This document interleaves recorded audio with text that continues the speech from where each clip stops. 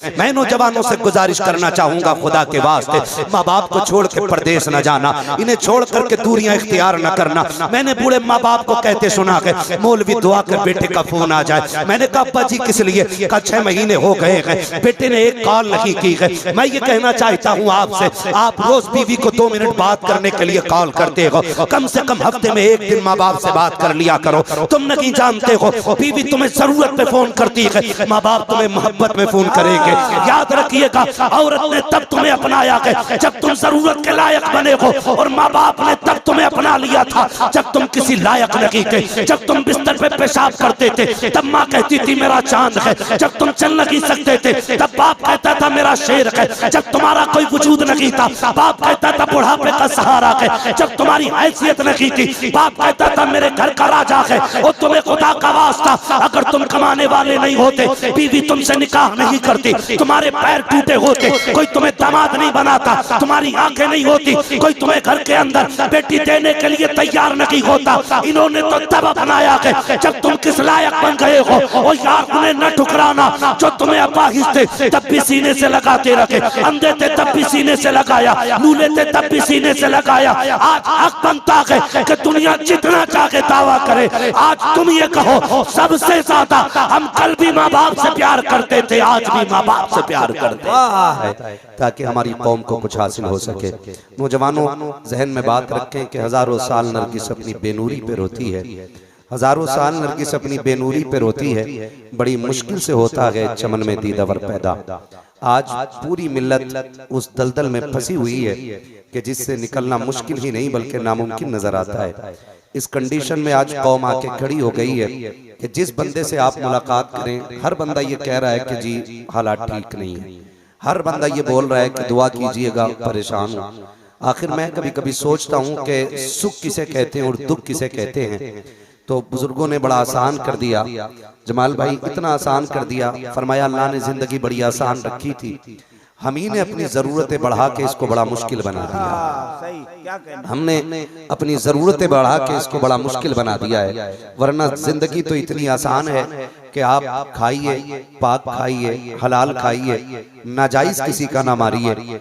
बस यूं समझें कि आप 3 खजूर भी रोज खाते रहे तो भूख की वजह से मौत नहीं होगी।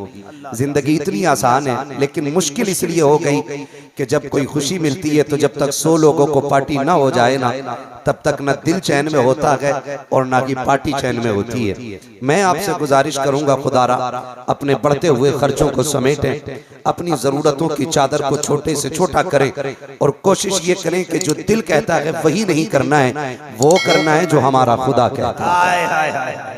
इंशाअल्लाह वो करना है जो हमारा खुदा कहता है। मैं कुर्सी से लेकर के जमीन पे बैठे हुए लोगों तक सभी से ये बात कहना चाहूंगा, मैं ये नहीं कहूंगा कि कुर्सी वाले अच्छे हैं या जमीन वाले अच्छे हैं। मौलाए कायनात मौला अली रज़ी अल्लाह तआला अन्हु फरमाते हैं लोगों जमीन पे बैठा करो, इसलिए कि जमीन पे बैठने वाला कभी गिरा नहीं करता। ठीक है ना, आपने बड़ी अच्छी जगह का इंतखाब किया। रह गई कुर्सी की बात, ये तो 5 साल चलती है अगर काम अच्छा करे तो, वरना ये 2.5 साल में भी गिर जाया करती है। ये तो आपके नेचर के ऊपर डिपेंड करता है कि कुर्सी कितने दिन चलनी है। फिर भी अगर अच्छा काम भी करें तो 5 साल के बाद कुर्सी कश्मकश में आ जाती है। लेकिन याद रखिए जमींदार वो होते हैं जो जीते भी जमीन पर हैं, मरते भी जमीन पर हैं और मर के भी जमीन के होके रह जाया करते हैं। तो मैं मुबारकबाद पेश करता हूँ आपकी मोहब्बतों को। मैं आप सर्च करना चाहता हूँ कि ज़रूरतों को समेटिएगा और इतनी ख्वाहिशात जो बढ़ती जा रही हैं इन्हें छोटा कीजिएगा। मैं ये भी बता दूं कि अक्सर नौजवान प्रदेश जाते हैं, वतन छोड़ जाते हैं, कोई दुबई, कोई सऊदी, कोई कोयत, कोई ईरान, कोई इराक, इधर उधर जा रहे हैं। पूछो क्यों जा रहे हो? कहा मौलाना कमाने के लिए जा रहे हैं। मैंने कहा क्या हिंदुस्तान में रोटी नहीं मिलती? मैं समझता हूँ अगर रोजगार के हवाले से मुल्कों का अंदाजा लगाया जाए तो सबसे ज्यादा रोजगार हमारे मुल्क में नजर आता है। हमारे मुल्क में सबसे ज्यादा रोजगार है। फर्क यह है कि ये फिर दुबई और सऊदी और कोयत क्यों जा रहे हैं लोग? तो जरूरतें इनको नहीं लेके जा रही हैं, ख्वाहिशात इनको लेकर के जा रही है। जरूरत तो 2 रोटी में पूरी हो जाती है, लेकिन ख्वाहिशात जो है ना 50,000 1 लाख से भी पूरी नहीं होती है। तो आप ख्वाहिशात का गला घोटे, जरूरियात पे अमल करें। मैं एक नौजवान मुझे मिला एयरपोर्ट पे, उसने मुझे पहचान लिया और आके कहने लगा आप मुफ्ती साहब? मैंने कहा हाँ। कहने लगा दुआ कीजिएगा। मैंने कहा क्यों? कहा मैं परदेश जा रहा हूँ। मैंने कहा क्यों जा रहा है? उसने कहा जी परदेश जा रहा हूँ कुछ कमाने के लिए। मैंने कहा खुदा करे ये तेरा सफर आखिरी हो। और एक बार आके तू फिर न जा। वो मुंह देखने लगा, कहा मैंने दुआ कराई थी और आप आखिरी सफर कह रहे। मैंने कहा हाँ। उसने कहा क्यों? मैंने कहा तू नहीं जानता यार, तुझे ये खुशी है कि मैं परदेश जाऊंगा, मेरी गाड़ी होगी, मेरा बंगला होगा, मेरे ऐश के सामान होंगे, लेकिन उस बूढ़े माँ बाप से पूछ जिसे घर रोता हुआ छोड़ा है, उनकी सबसे बड़ी जरूरत तो तेरे चेहरे में थी, उनकी सारी खुशियां तेरे वजूद में थी। हमें क्या लगता है हम दुबई जाकर के 5 साल काट लेंगे और वापस आएंगे तो बंगले खड़े करेंगे, गाड़ियां तैयार करेंगे, लोग हमें सलाम करेंगे। तो अगर दौलत को आप मयार समझते हो इज्जत का तो धोखे में हो। इतना याद रखना, हुए नाम वर बेनिशां कैसे कैसे, जमीन खा गई आसमां कैसे कैसे, बड़े बड़े आज कब्रिस्तान में लेटे हुए हैं। मैं नौजवानों से गुजारिश करना चाहूंगा, खुदा के वास्ते माँ बाप को छोड़ के परदेश न जाना, इन्हें छोड़ करके दूरियां इख्तियार न करना। मैंने बूढ़े माँ बाप को कहते सुना है मौलवी दुआ कर बेटे का फोन आ जाए। मैंने कहा अब्बा जी किस लिए? कहा 6 महीने हो गए हैं, बेटे ने एक कॉल नहीं की है। मैं ये कहना चाहता हूँ आपसे, आप रोज बीवी को 2 मिनट बात करने के लिए कॉल करते हो, कम से कम हफ्ते में 1 दिन माँ बाप से बात कर लिया करो। तुम नहीं जानते हो बीवी तुम्हें जरूरत पे फोन करती है, माँ बाप तुम्हें मोहब्बत में फोन करेंगे।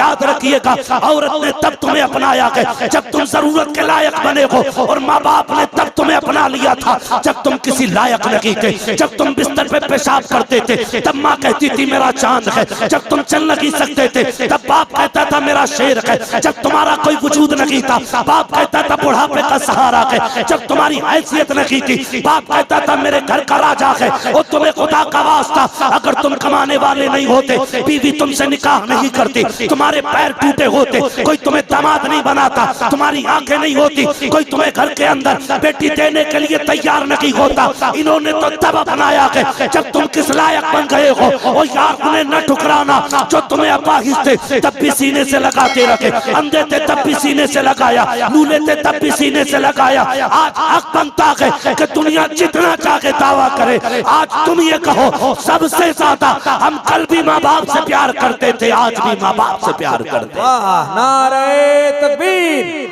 नारे रिसालत, हस्मते वालिदैन। सुन रहे मेरी बात? बुरी लग रही है ना? जो बीवी के गुलाम है यकीनन उनका कलेजा फट रहा होगा। सुने और कान खोल के सुने। मैं ये नहीं कहता कि किसी की बेटी को ठोकरों में रखो। सुनो, बीवियां दिल में रखने के लिए होती हैं, सर पे रखने के लिए नहीं। क्या करने होती है? ये शादीशुदा क्यों नहीं बोल रहे? कुआरों से क्या मतलब इस बात का? बीवियां कहां रखने के लिए होती है? फिर कुआरे बोले, मैं चच्चा खड़ा कर दूंगा, 2 बार देख चुका हूं, फिर से मैं फिर देख के बोलता हूं, बीवी कहां रखने के लिए होती है और कहां नहीं रखना चाहिए? सर पे। हाँ हाँ, कहां नहीं रखना चाहिए? सर पे। लेकिन नौजवान ने बीवी दिल में नहीं रखी, सर पे रख ली। बहुत उम्दा। सर पे रख। एक बार बीवी कह देती हवेली बदल दो, कहता जैसे तुम कहो। लोग हवेली बदल देते, क्यों? का माँ बाप की खांसी अच्छी नहीं लग रही। मैं तुम्हें खुदा की कसम खा के कहता हूं, तुम्हें क्या लगता है अगर तुम शहर जाके 100 रुपए या 500 रुपए कमा के ला रहे हो तो ये तुम्हारी मेहनत का नतीजा नहीं? बूढ़े माँ बाप जो घर में खांस रहे हैं ना, उनकी एक एक खांसी के सदके में अल्लाह तेरे घर में रहमतें नाज़िल फरमाए। और अगर यकीन ना हो ना, अलग करके देखो माँ बाप को, न टुकड़ों को तरस जाओ तो बात करना, सुकून नहीं मिलेगा। तकिए लगा के सोना पैसे के, आराम नहीं मिलेगा। माँ बाप कौन सी दौलत है, कभी समझा ही नहीं, समझा ही नहीं। मसला पूछ रहा, बीवी कह रही है माँ बाप को छोड़ दो, मौलवी साहब छोड़ दो। गैरत नहीं आ रही है मसला पूछते हुए?